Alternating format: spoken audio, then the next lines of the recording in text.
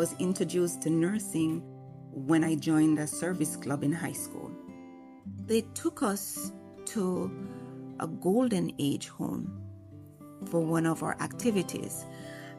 And I saw the clients there, and I saw how the caregivers at that time, they were practical nurses, and they only had one staff nurse on duty.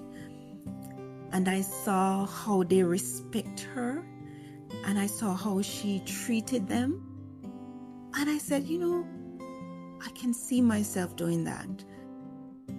I didn't know the different world or avenues or different career path. I just saw bedside nursing, and I fell in love with bedside nursing. And I made a decision from I was 12. This is it. This is exactly what I want to do with my life. Welcome to A Nurse First. This is Tameka Duncan-Baker, telling her own A Nurse First story. Nursing has come a far way for a little island, Jamaica, far away. I'm from a very poor community. My father died when I was 4, and I was raised by a mom who did little farming here, sell things here. I didn't know how I was going to afford the education, and my mom was very worried that she wouldn't be able to provide this for me, and I was adamant that I don't want to do anything else. I finished school and I got a job, and then that job paid me enough that I could save some money, and I did, and I took the bus from the rural area, the countryside, and I came to Kingston, the big city. I heard that if I applied to the University Hospital of the West Indies, they would provide me the education, but I will be bonded.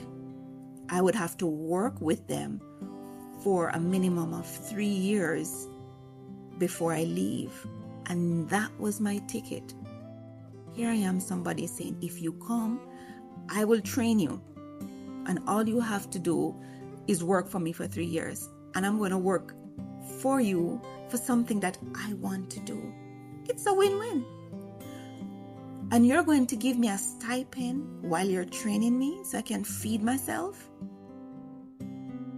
When I heard, I dropped what I was doing and I just ran. So if I was to be lost, I'm going to be lost. Of course I was lost. The bus took me way past the hospital, the university hospital, where the interviews for the nurses was going to be held. So I had to walk. So I walked for 2 hours. I'm scared to ask persons for directions because suppose they give me the wrong thing. And I gave up several times on the journey. But there was just something inside of me to say, you come too far. The bus ride alone to come to Kingston was 3.5 hours. I'm crying and I'm walking and I'm crying and everybody's looking at me, this strange girl walking and crying, until I got there. And you can imagine how I felt when the receptionist said to me, no, we're closed. The last exam is tomorrow. Applications are closed. And you don't even have anything to show. There's no birth certificate. There's no school leaving certificate. There's no immunization card. I said, miss, if you send me home, I'm going to fall by the way. Because there's nothing much in the country and this is my one shot. And I know I can do this and I really want it. If you just give me one chance, all I'm begging is one chance. Let me do this exam. I didn't even know that there was an entry exam. So you must know how naive I was.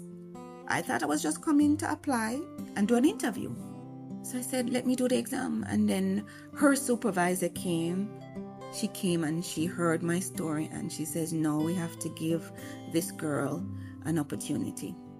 You can imagine when she said yes, I was crying again. I just know that tomorrow, 8 o'clock, and there's no way I'm going to be able to go back to Kingston, to the country in St. Elizabeth, to come back to Kingston. So I said, okay, I'm going to stay right here.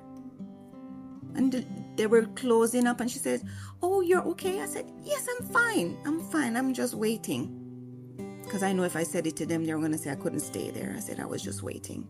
Another student saw me, and she said I could stay with her in her dorm. And I just stayed there, got up, did the exam.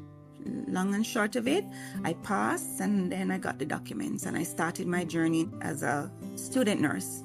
And the passion grew and grew. The hard work and the long wait paid off. Tameka had her chance. She eagerly gained experience through rotations in medical, surgical, burn, and psychiatric units.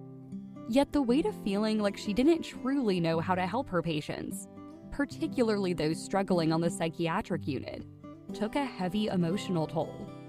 The vision she had for her impact as a nurse began to feel distant. I became very depressed because I did not know how to help those persons. I thought I was a failure in nursing then because I can't help. But then a senior nurse said to me, that's just not where your calling is. So don't be discouraged. I said, you know what? Let me take myself outside of the hospital and do primary health care, where I can meet the people in their environment and I can make a change. I can educate them about how to live right, lifestyle changes, how to navigate the resources. I said, that's where I'm supposed to be. I don't want to meet them when they're sick and is either I help to save them or I am not. So I did public health. After I did the public health, I applied for a job in a rural area because I preferred the countryside because I could relate to a low income. Guess what? They did not place me. And I didn't know why, because I was an exceptional student and I was good and the recommendations, but God did not have that plan for me. That was my plan. And I said, oh my goodness, what am I going to do?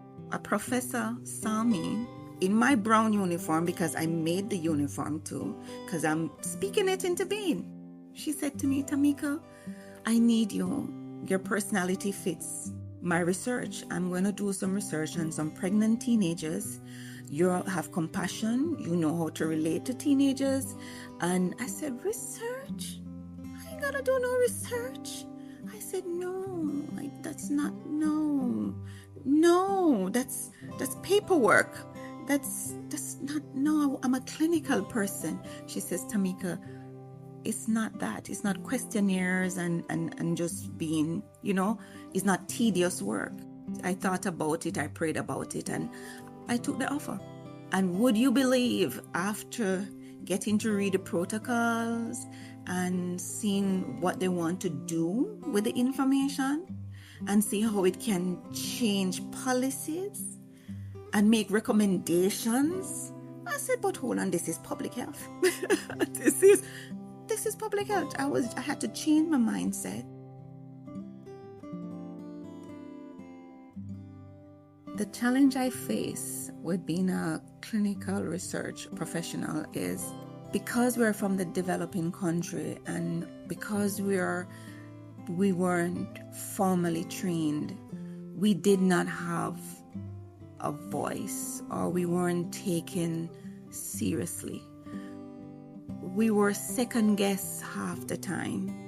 I have to appreciate the truth in that statement and at the same time be respectful enough to say we are more. It's getting my voice to be taken seriously. And I realize for me to accomplish that, I have to have the black and white. I have to be certified, and it's on paper. And that's when I decided that no, I'm going to seek out formal training. And then I found that I could do research, clinical nurse research training, and I applied to the Association of Clinical Trial Professionals. It's a non-profit organization based in America. and they offered the training and I became certified. So to my knowledge, I am the first to be actually certified, the first actual formally trained research nurse in Jamaica.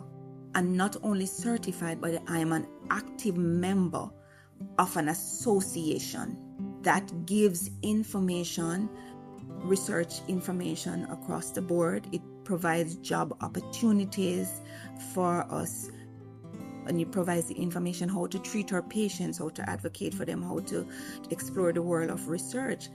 So now I'm seen as somebody with knowledge and experience. You've navigated a challenging path to becoming a clinical nurse researcher, and now you are wrapping up your PhD journey. And to think what the world would have missed out on had that supervisor turned you away that one day back in Kingston. But beyond your personal journey, why is clinical nurse research so vital for the future of healthcare in Jamaica and beyond? It's very, very important because the work we do is the one that will change the future.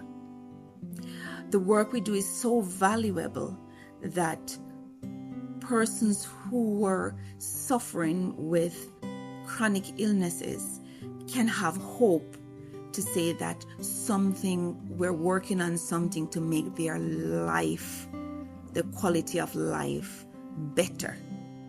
So therefore, I would say if you want to make a change in primary health care, this is one of the areas that you should look into because it sets hope for the future. I didn't know about clinical research nurse because Jamaica doesn't offer it as a course, any at all. I'm going to use my doctorate to get a foot to open that door.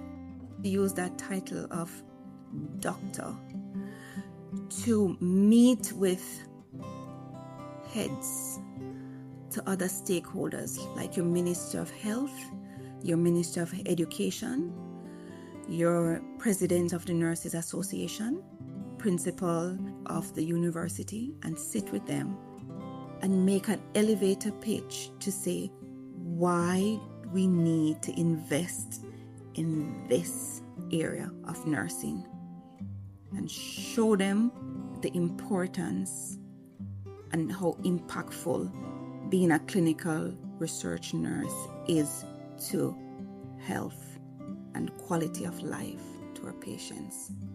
We need to offer this course. It's just as important as a registered nurse or a registered midwife or a public health nurse. Is just as important.